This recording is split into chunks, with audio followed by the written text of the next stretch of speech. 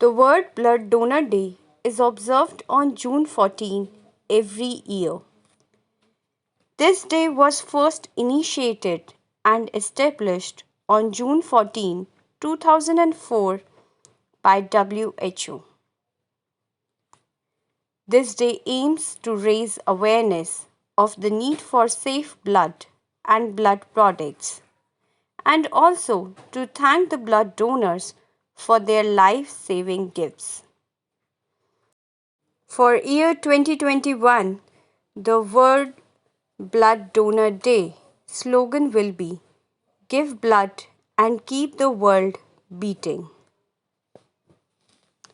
Donate blood is not just a noble deed but also good for health.